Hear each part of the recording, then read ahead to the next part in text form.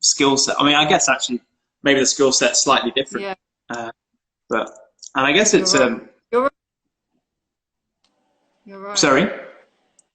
No, I said, yeah, you're right. You're absolutely right. Oh, It's the whole thing is life changing, isn't it? yeah. But It's. I think this is just keeps being slightly delayed. So we both think the other one's talking, and actually they haven't said anything. oh my God. Oh well, what can we do? So the Yeah. famous question for today is, I guess you know what the question is. So, are you a leader or a follower? And what is a leader or a follower? Yeah, I mean that's a great question. And when you first messaged me asking me to come on do a live with you, and you mentioned that question, my gut instinct was to say a follower, Oh, and really?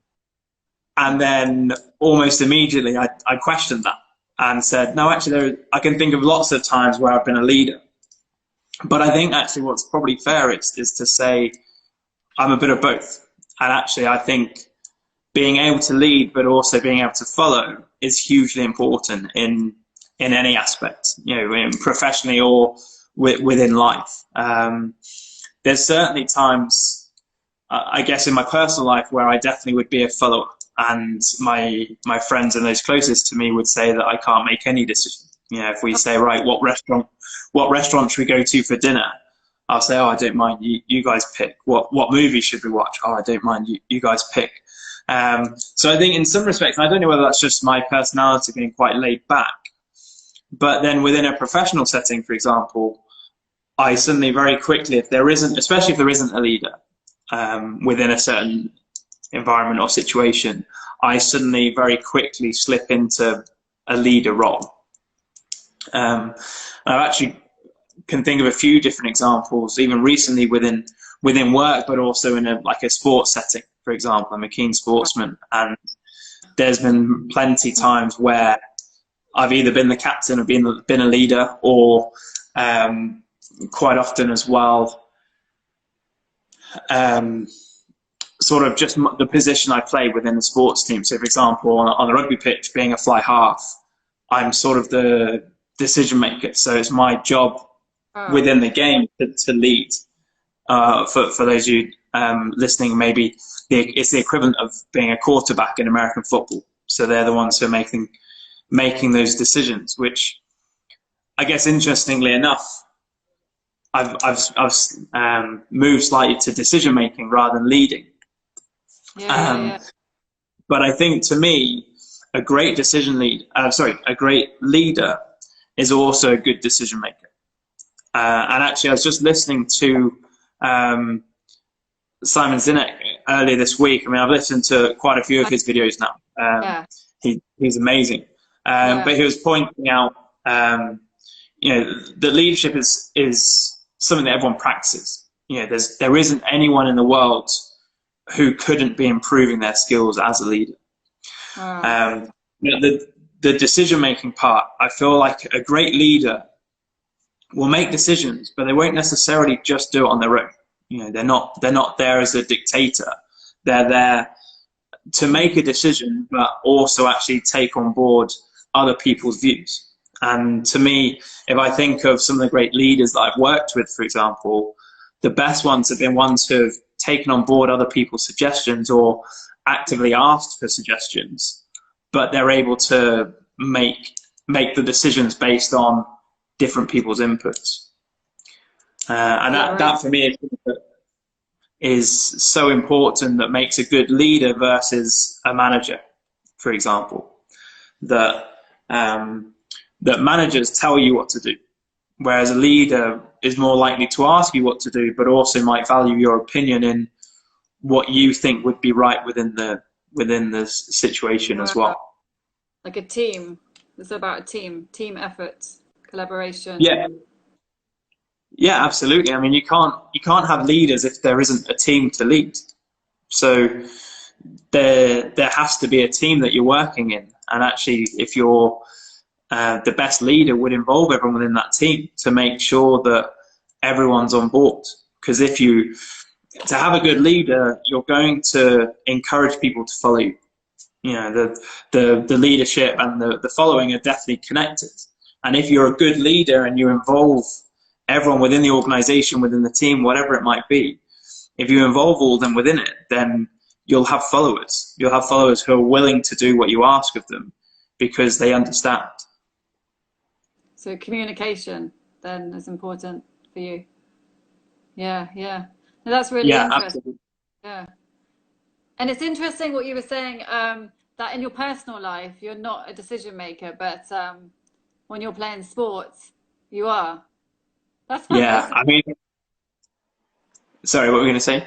No, that's interesting that you're completely different then, depending on what you're doing. I guess that's. Yeah, I think some of it depends what the situation is.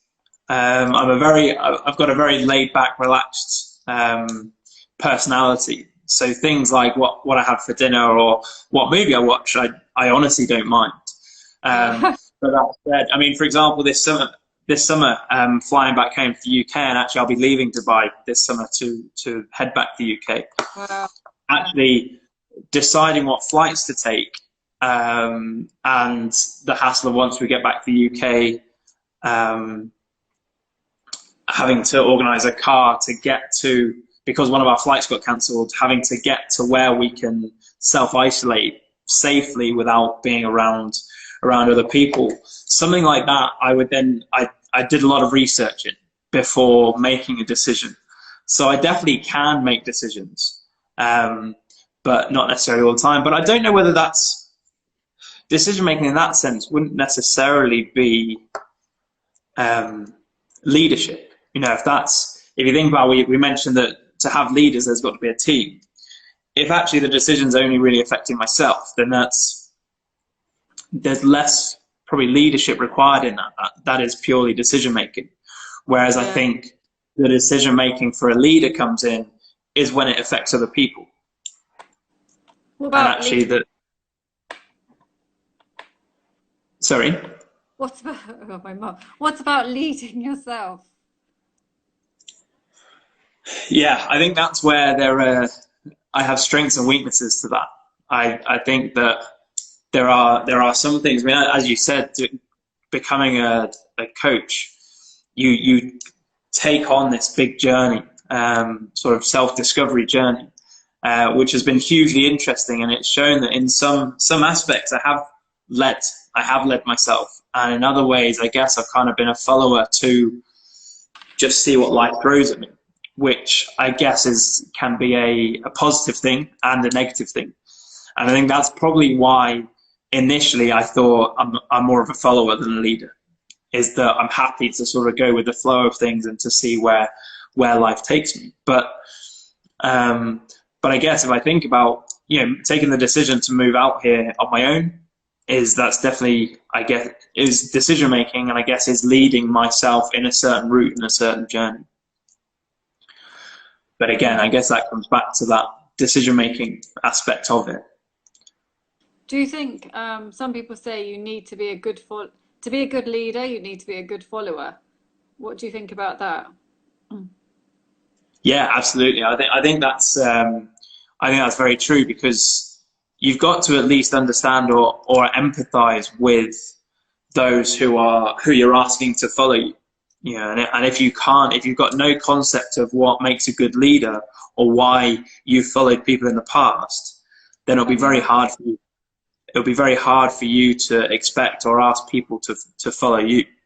So I think that's hugely important. And if I go back to Simon Sinek, I can't remember what the video was called that he was speaking about, but he mentioned leadership, and he was saying how actually there's roles for leaders that being a leader and being a follower can be very transient. That even within an organization, there'll be times where people right at the top of the organization, who tend to be the leaders, you would expect them to be the leaders or the managers, which I guess is a whole separate thing of management versus leadership.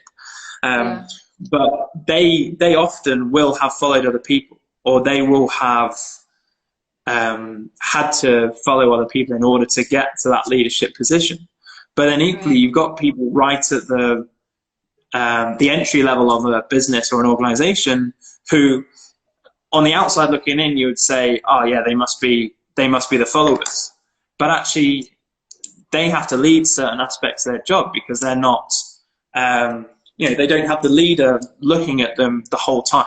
They don't have the leader telling them exactly what they need to be doing the whole time. Yeah, that's really interesting. Can we just answer this question before you? Can I be just a follower and still create impact? That's a very good question. That's an excellent question. Yeah, can I be just a follower? In short, absolutely.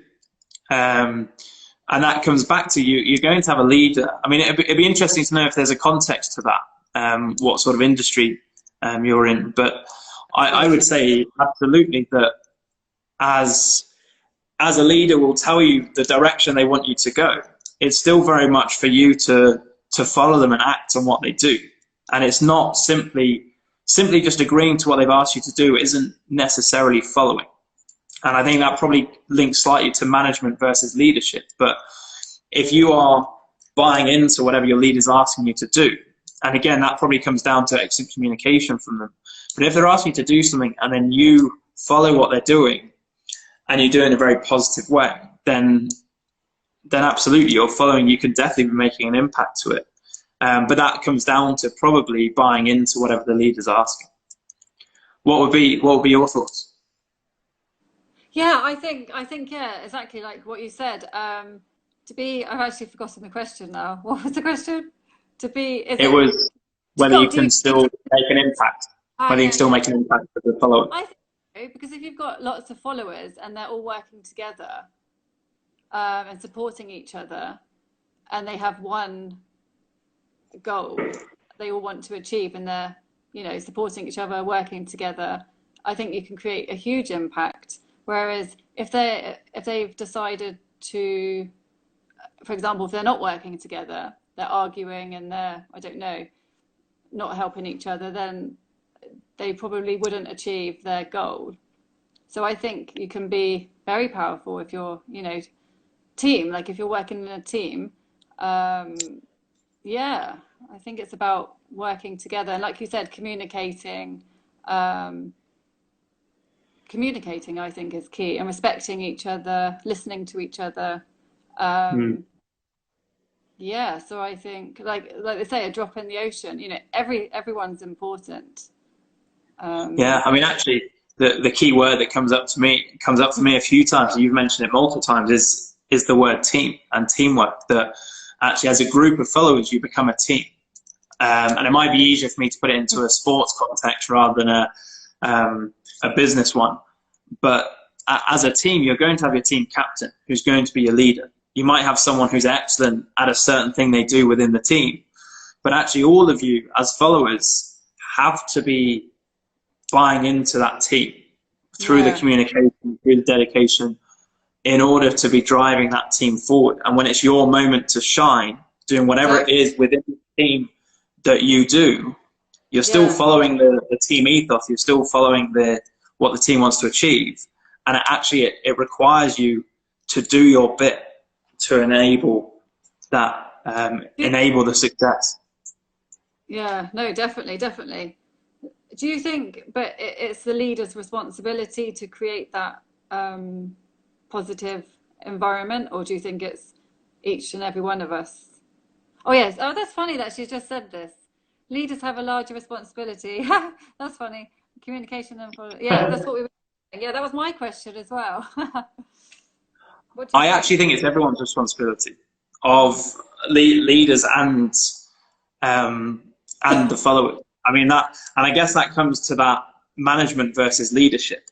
A manager will tell you what they want you to do, but a leader will give their opinion. Will say, this is what I want us to achieve, or this is what we need to achieve in order to find success. What do you think? Yeah, and that's exactly it. That I think if you've got someone telling you what to do without asking your input, they're not a leader, they're a manager. If they're asking your input, then they're opening you up to communicate.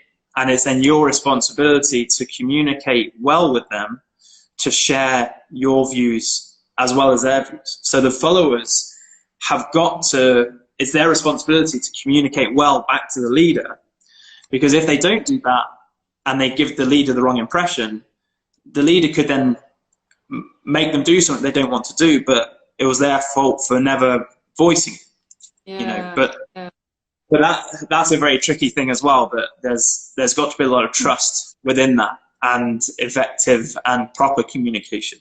That, you know, if the leader asks for people's opinions but then doesn't accept opinions or doesn't like those opinions, it's not necessarily an issue for them not to like them, but there can't then be consequences of someone sharing that opinion. And so often, if you have the leader at the top of an organization asking for people's opinions further down the ladder, you still could get those followers being nervous to actually say what they think or actually voice their opinion.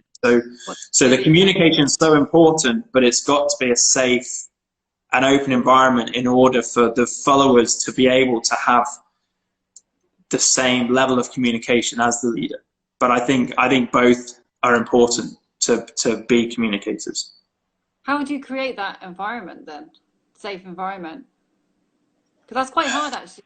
In my experience,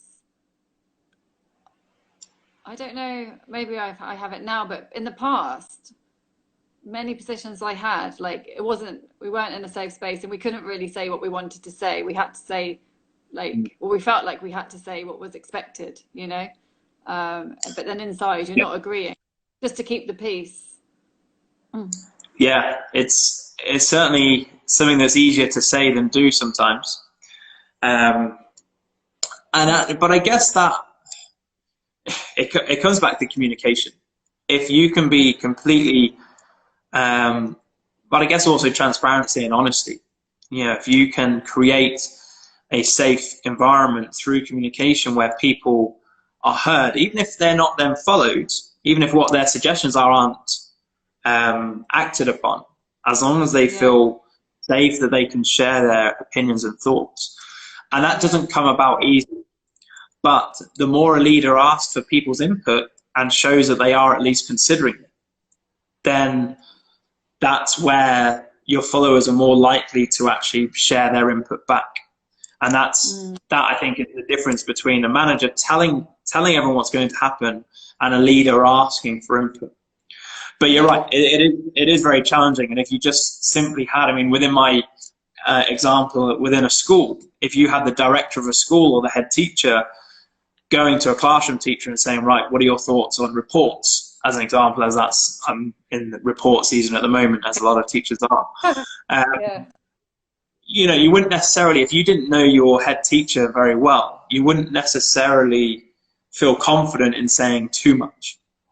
So it's something that can only be built over time. It's not something that you can just the first day in a new job, whether you're the leader or the follower, you can't just suddenly expect to be listened to, and you can't suddenly expect for people to share actually what they truly think.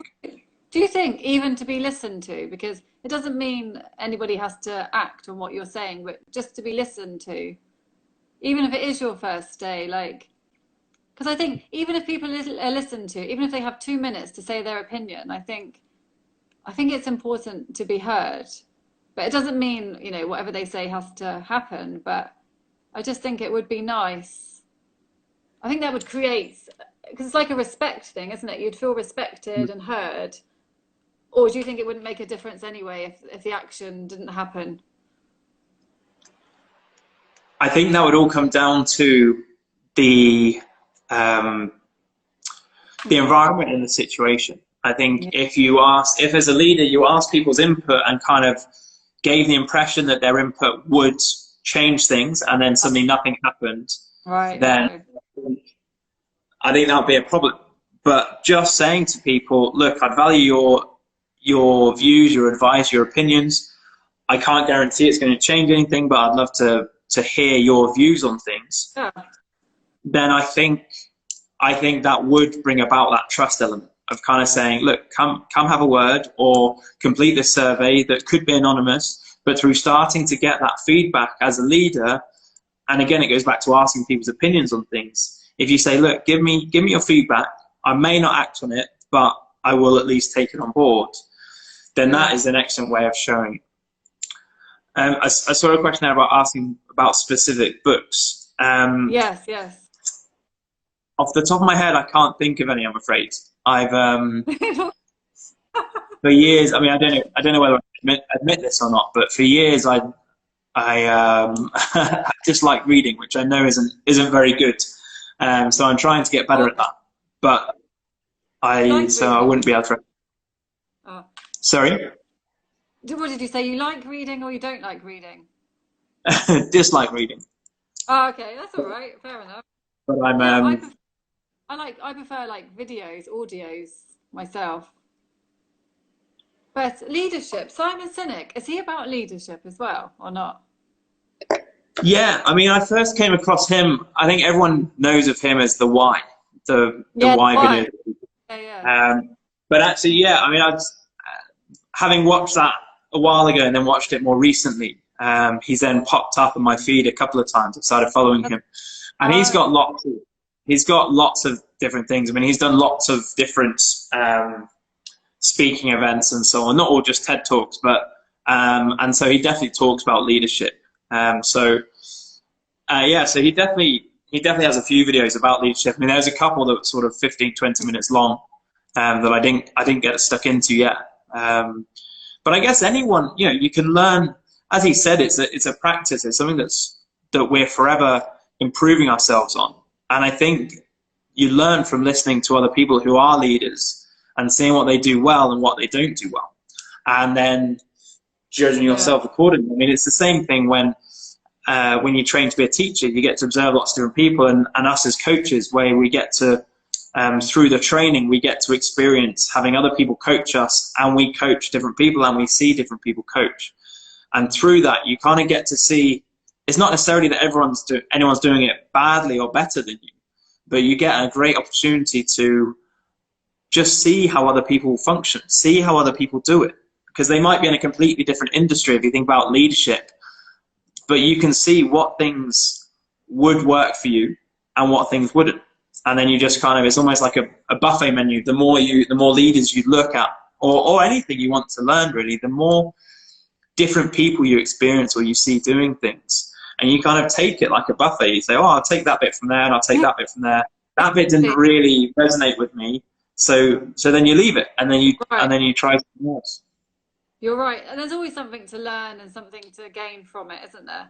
And you learn more about yourself as well. Like you said, you take what is good for you and let go of what doesn't work for you. Yeah, you're right. And like, I think it's true, isn't it? It's like, nobody's wrong, nobody's right. That's what we always say in coaching. I don't know if did they say that with your thing as well? Yeah. And I absolutely love that. Nobody's wrong, nobody's right. It's like each to their own. Whatever works. No judgment, even of yourself, which is so important. I love that. Yeah. And what would you say then are your top 3 qualities of a leader or a follower, for that matter? Interesting. One last thing I was going to say about that is that the views that you have can change as well. That just because you saw someone do something, you liked it, you thought, oh yeah, I'm going to add that to my toolbox. At some point later, you might think, actually, that didn't work for me. And that isn't who I am. That's not what I want to do. And that's absolutely fine for it to change as well. That as you develop as a person, as you develop in whatever industry you're in, there may be times where you think, actually, you know what, that doesn't work for me now, but this one will. And I guess that comes down to good reflection. Yeah, exactly. And awareness, being aware. And like you said, reflection. That's so important, actually. To let go of things that are not serving you anymore. Try something new, yeah. Yeah, and having the confidence to, which can be easier said than done quite often. Get out of your comfort zone, yeah. So, you're right.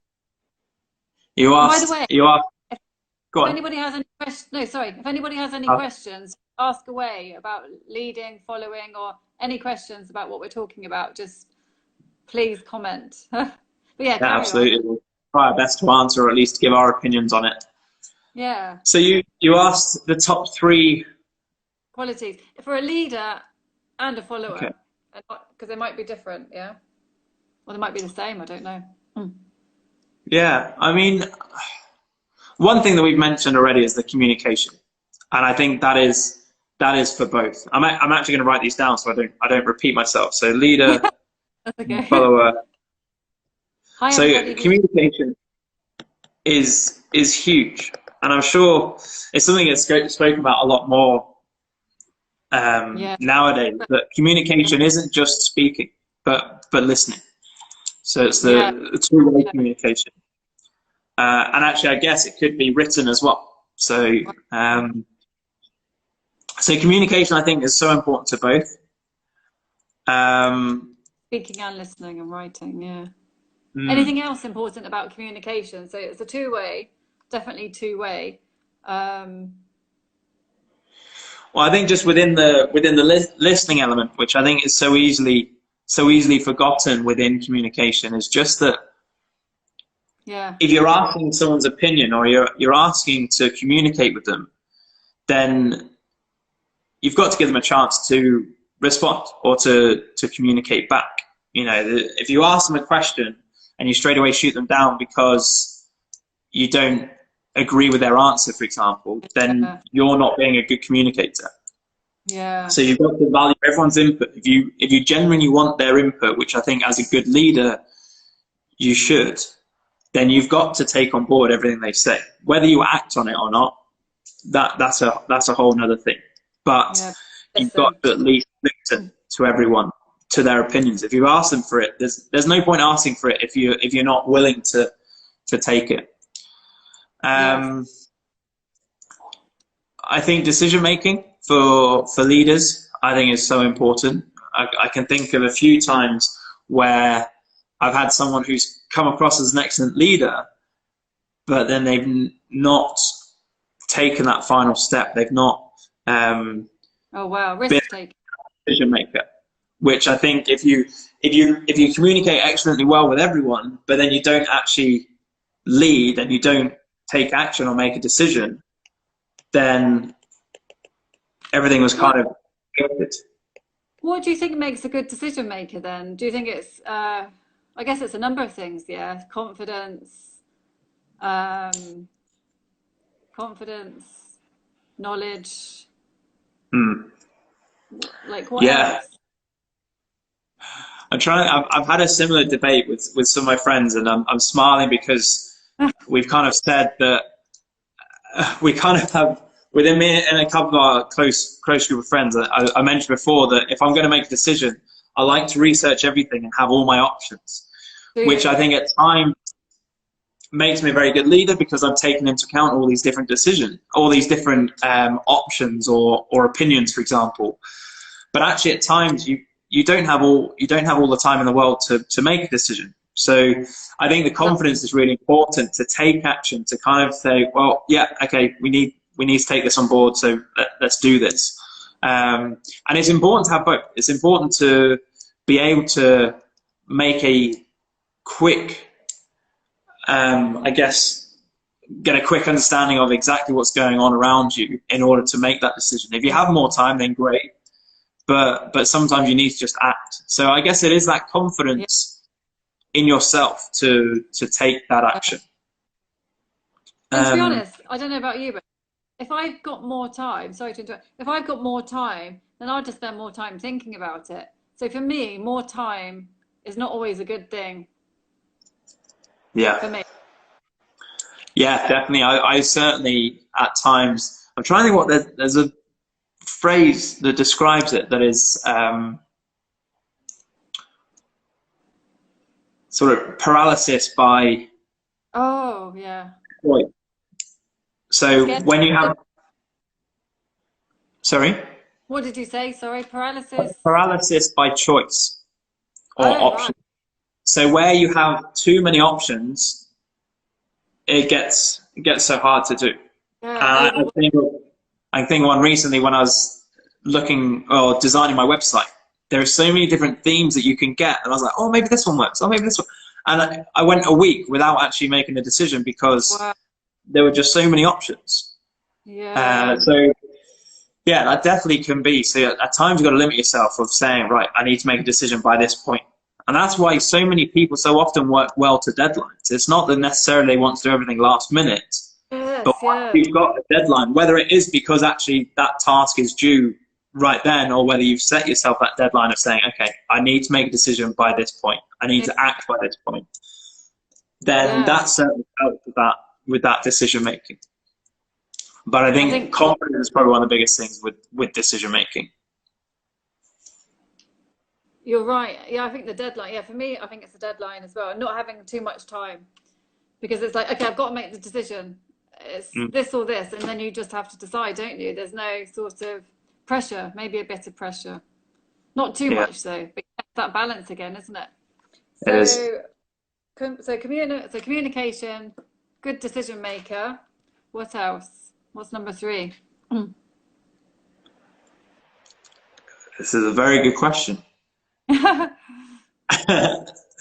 So, decision as a leader, I would say probably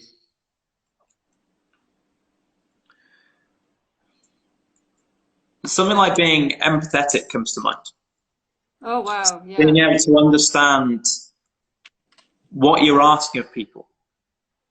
You know, I think there's a phrase that goes around in teaching quite often of the leaders at the top, after a while, because they're leading rather than teaching, they kind of forget, or, you know, the world evolves and the job evolves. So remembering what it's like when you're asking someone something, when you're asking them to do something, of one of your followers, in whatever context, understand what you're asking them to do.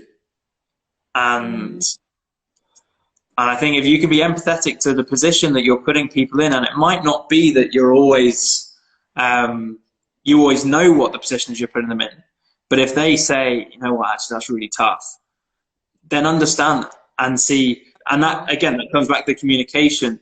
Is there a way in which you can tweak it or change what you're asking them to make it manageable? And I guess that comes down to trust. I just see Andrew's mentioned being non-judgmental. That's hugely important. I completely agree with that. And I think that probably comes into communication that we were speaking about. You know, if you're asking for people's opinions, you can't be judgmental of that. So yeah, I completely agree with that. Thank you, Andrew. Yeah, you're right. Yeah, you're right. And what about, even when opinions and decisions may be different to yours? Yeah, exactly.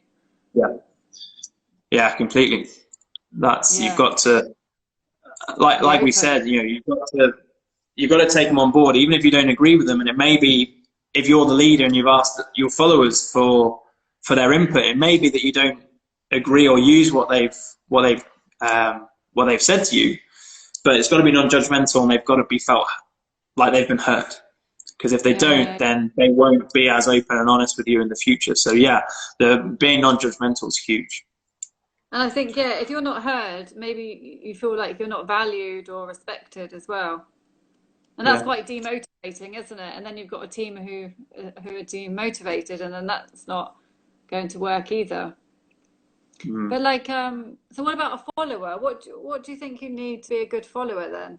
Or did we already say this? I can't remember. We did some of them. Actually, something that comes to mind is my friend just the other day was mentioning, I don't know if it was on a podcast that he was listening to or a story or what, but he was saying that someone in I can't remember what industry it was in. Let's imagine law or something like that. A big high-end business, and the boss had called an employee in the office and hadn't said what it was about. And so, of course, the employee was a bit nervous and sort of, I think he said like, right, I need to have a 15-minute meeting with you. And so, of course, the employee's friends were all sort of like, oh, what have you done? What's going on? And he went to the office, and the manager, the owner, the director, whatever it was, said to him, I just wanted to let you know that I'm aware of your stats of what you've been achieving within the company. I'm really impressed. We are going to look to reward you in some way. We don't know what it is yet, but we just wanted to acknowledge the work you've been doing. And actually, you know, it didn't take 15 minutes. It was probably 90 seconds.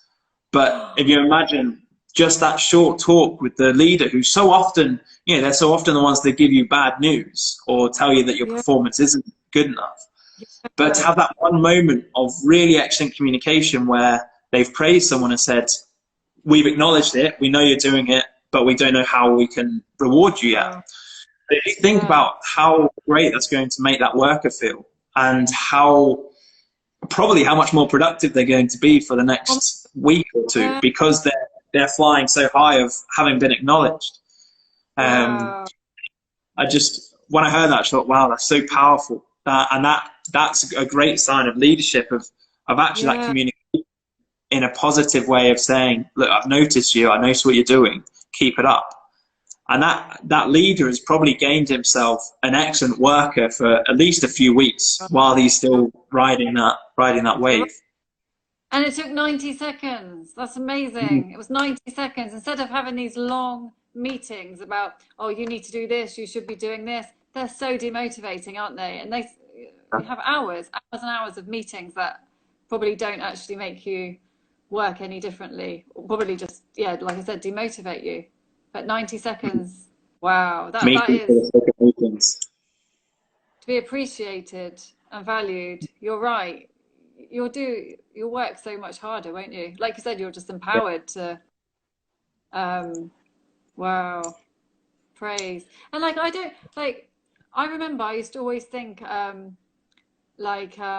constructive criticism, well, people used to say it was really useful and really, maybe constructive is different, but criticism, like I remember when I was teaching, like a long time ago, we used to have observations, and then sometimes I would come out feeling really bad. And I used to think, this can't be a good thing. How can this be good? Because I don't feel like doing anything now, and people used to say, oh no, it's just to help you. But then through coaching, I've realized criticism isn't actually beneficial to us. It doesn't actually help you at all, does it? Like, how does it help you? Just, No, but I think the important thing, if it's constructive criticism, then it's not criticism. It's pointing out where you've got an area for development. But the most important part of it is how can you develop?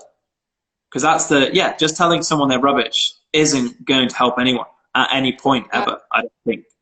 But saying, actually, this is an area for improvement, and here's some ways of doing it, or I can help you with them, let's work together on it. That's where you're going to see improvements. But that comes down to that communication of, if you just say, oh, that was a rubbish lesson because this, and this, then actually no one's learning anything. But as soon as you say, oh, that could be improved, and here's a few suggestions of how, that's suddenly going to improve the whole dialogue and how you leave that session. As you said, the coaching really teaches us how to do that. But you leave the session with a goal, with an aim of, that's how I'm going to improve. That's how I'm going to get better or do better within my job, within my role. But if you're just simply told what didn't work, then that doesn't help anyone. But do you even think it's even good to tell people what they should work on? Like, or should they just do like coaching, ask them what they think they should work on? Or do you think we need both then, a mentor and a coach? I think it's all coming from us, and people shouldn't really tell us anything ever. Yeah, I mean, I think there's definitely benefits of. I think something like mentorship and coaching actually complement each other really well, because getting your opinion on what you want to work on, what you need to improve, is so important. Because if you don't understand what someone's asked you to do, then you're not going to buy into it. And actually, that's something I was going to say as a good attribute for a follower, is committing but understanding your purpose within that team, within that role. What's your job?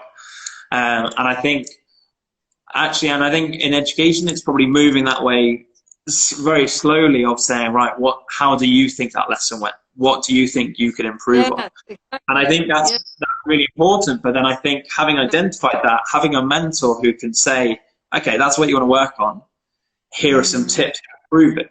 Because it may be, it's one thing to identify where you can improve. It's another thing to actually know how to improve. Yeah, that's true. And it's true. Yeah, one kind word can change your day, can't it? If somebody says something nice to you, like you said, with the leader telling his employee, you've done amazingly, that probably changed his not day, probably changed, yeah, like you said, a few weeks. Yeah. Yeah, absolutely. And actually that's an interesting one, that the person who gave the praise probably feels a lot better for themselves as well. You know, there's lots of phrasings and sayings along the lines of,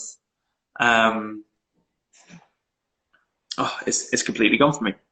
But where sort of gratitude and positivity is paid back in the future. What you give out comes back.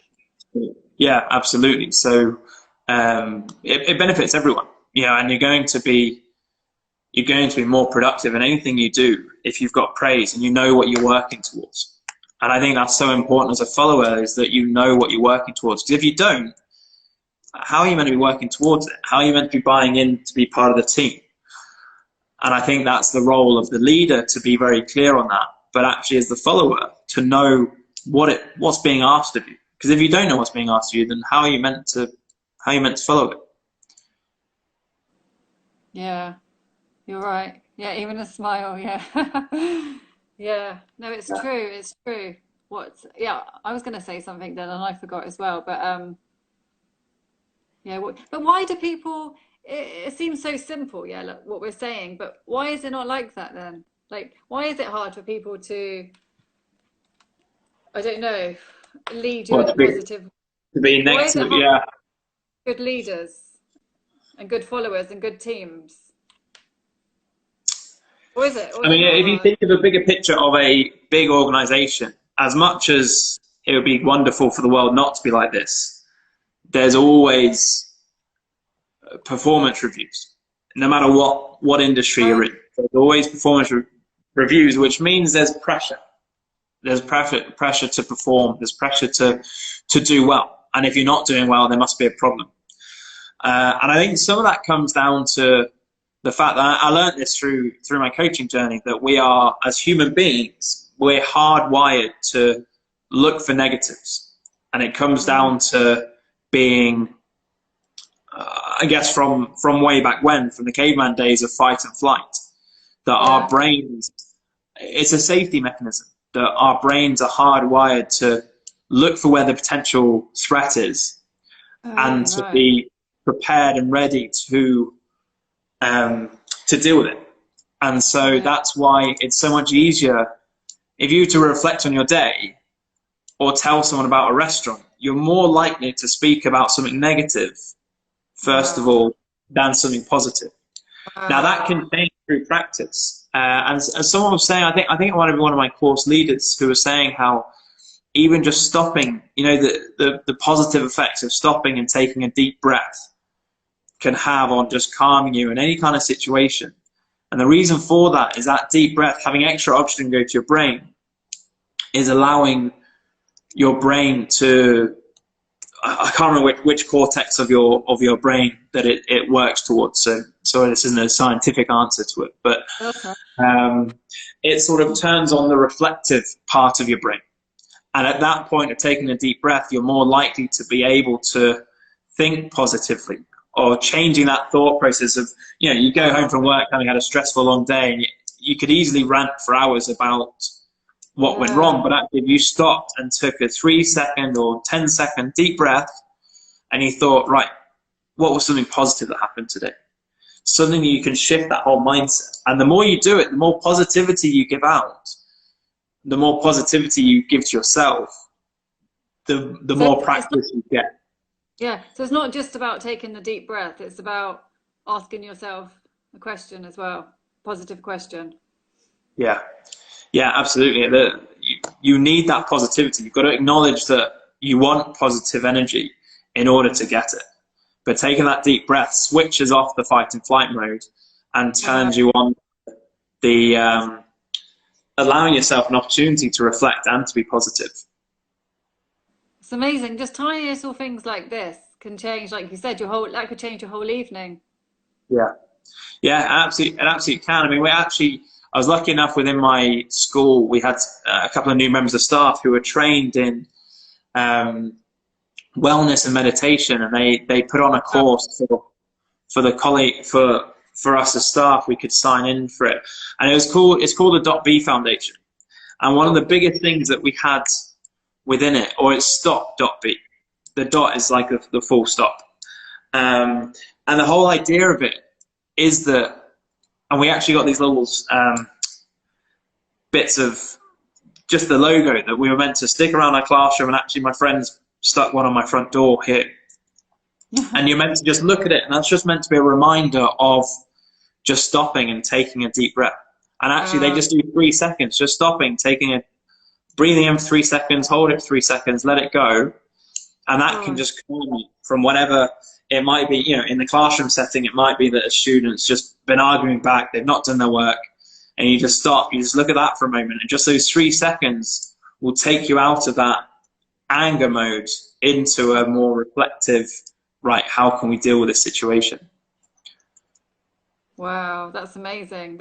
3 seconds as well. 3 seconds. All you need to do, the whole idea of it is just you're stopping. You're just cutting right there. Whatever's going on, you're saying, no, I'm not, that's not continuing. Breaking it, yeah. Yeah, and truth be told, sometimes you might need to do 2 before the positivity kicks in. But just that stopping for a split second, taking a deep breath, can be all you need to at least stop the negative mindset, negative thoughts. So it's habit, and I guess you need to get into the habit of doing that, like anything. Yeah, I mean, it all comes through practice. That switching your brain to a more positive outlook can happen. You know, there are plenty of people I could list friends who have just always got a smile on their face. They're always positive, regardless of the situation. Yeah. But it just comes about through practice. It's like anything. Like becoming a great leader takes practice and takes a desire to learn. Becoming better at meditation takes practice, takes time to learn. Being positive, the exact same thing. But so often, because we're naturally set to look at the negatives, we practice looking for negatives. We've had more practice. Yeah, we've had more practice with that. I mean, I know that you will have come across the Wheel of Life or various different. Yeah. When you do it, people are naturally going to look for the lower ones. What are they least happy with, rather than what are they most happy with? Yeah. And that's because they're looking for something negative every time. That's funny, isn't it? Yeah, I didn't think of it like that. Yeah. Because it's comfortable for us. It's comfortable. Yeah, it's easy. It's what you know. And I think, you know, humans enjoy having a rant and a moan sometimes. Yeah. And sometimes it's important to do, but you know, you can't be this happy, positive person all the time. Of course. And like some people think, like they say to me, "Oh, you're supposed to be happy all the time. You're a coach." And I'm like, it's not about being happy all the time. For me, it's about being real, like acknowledging. Like if I'm not feeling good, I'll say it. Whereas maybe before I might have pretended. I'm much more. I don't know about you, but much more open now. Yeah. Accept myself and my feelings. And it's like it's okay. If I feel sad today, that's normal, it's okay. Whereas maybe before I would have beat myself up and you know, but. Yeah, I mean, that was a big thing I learned, was that acknowledgement that, like, it's okay to not be okay. And it's great to be happy, but actually acknowledge that, oh, I'm happy, I'm really positive because this, and this happened. Or, oh, I've been feeling down. I've done it quite a few times recently. I mean, everyone's in challenging environments. What with COVID and everything that's been going on, you know, Instagram can be a wonderful thing, but it's also very misleading that you get the impression that everyone is just happy all the time, and that isn't the case. You know, and deep down we all know it. But the important thing I've learned, and I'm still learning, and definitely, I mean, going back to the word practice, I'm still practicing it, is the practicing acknowledging what's going on. And actually, if I'm feeling stressed or I'm feeling angry, acknowledging it, and then sort of, I guess the coach in me then says, why are you feeling that? But even if you just go as far as acknowledging it, of saying, right, I'm angry, okay, I've acknowledged I'm angry, that can sometimes at least diffuse it a little bit, just by acknowledging what you're experiencing, what the emotions are. But again, I mean, as mentioned before, is that judgment. That acknowledging that you're angry, acknowledging that you're upset, or acknowledging that you're really happy is about acknowledging it without judgment. It's not saying, oh, it's great I'm happy, or it's terrible, I shouldn't be angry, I shouldn't be upset by this situation. is not having any judgment on that acknowledgement. Yeah, I think that's one of the most important things as well that I learned with coaching is, yeah, non-judgment for myself. Mm, yeah, And once you realize that, then it almost you don't care about other people if they judge you because it was all about you judging yourself, not them. yeah, hugely important, and especially that what you said there of not judging yourself. You know, we're brought up to be told, you know, don't judge other people. You don't know what's happening on with them, but Yeah. actually, we're always so judgmental of ourselves. And someone used the example on that course of, you know, if you drop a glass or you drop a spoon or whatever, you'll call yourself an idiot. But would you say that to a friend if they dropped a spoon? Like you Yes, might mock them for it, but exactly. you wouldn't call them an idiot. So why do you call yourself an idiot? Why is it okay to judge yourself and insult yourself, but it's not okay to insult other people? Yeah, you're right. And just about, being your own best friend. I mean, that sounds really whatever it sounds like, but yeah, being your own. When I learned about that, I was like, wow, yeah, it's the same kind of thing. Like, would you say this to your best friend? Like the things that Yeah. you say to yourself, it's like, oh my God, no way, you know? It's kind of like as a kid, you're brought up to you've got to treat others how you would like to be treated. But then maybe at some point, as a grown up, you've then got to say, I've got to treat myself how I would treat others. You know, once you've learned what the best way is to treat other people, you then need to mirror that to yourself. Because if you don't, then and then that's where lots of these negative thoughts come from. You're right. Right, okay, I think it's going to be time up anyway. It's probably going to run out in a minute because it's Yeah.